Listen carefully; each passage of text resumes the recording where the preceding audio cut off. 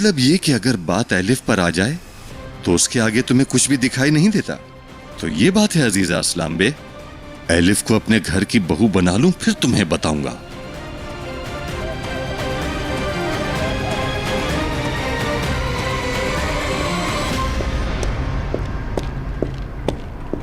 ये तुम्हारा ही एक नया खेल है ताकि मैं तुम पर भरोसा करूं और तुम्हारे साथ चलूं, क्योंकि सच का सामना तुमसे हो नहीं सकता है। अगर तुम्हारी नजर में मैं एक ऐसा इंसान हूं जो इस तरह के खेल खेलेगा तो आज के बाद मुझे तुम्हारी कोई बात नहीं सुननी। रियान, मिरान रुक जाओ, रुको।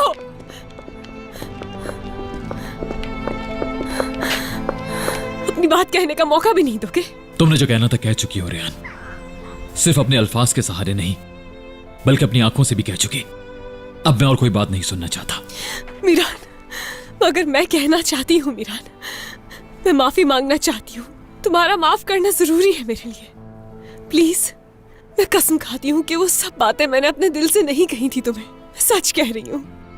जानती हूँ मिरान कि मुझसे बहुत बड़ी गलती हो गई है, मगर मेरा दिल जानता था कि तुम ऐसा कुछ कर ही नहीं सकते हो।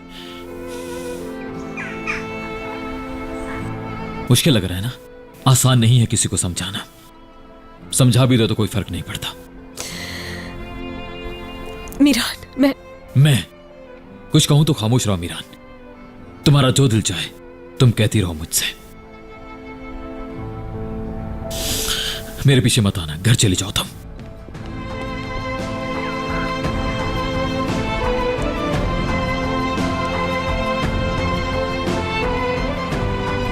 मिरान,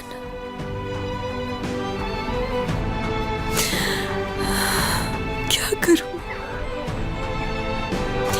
मिरान, मैं क्या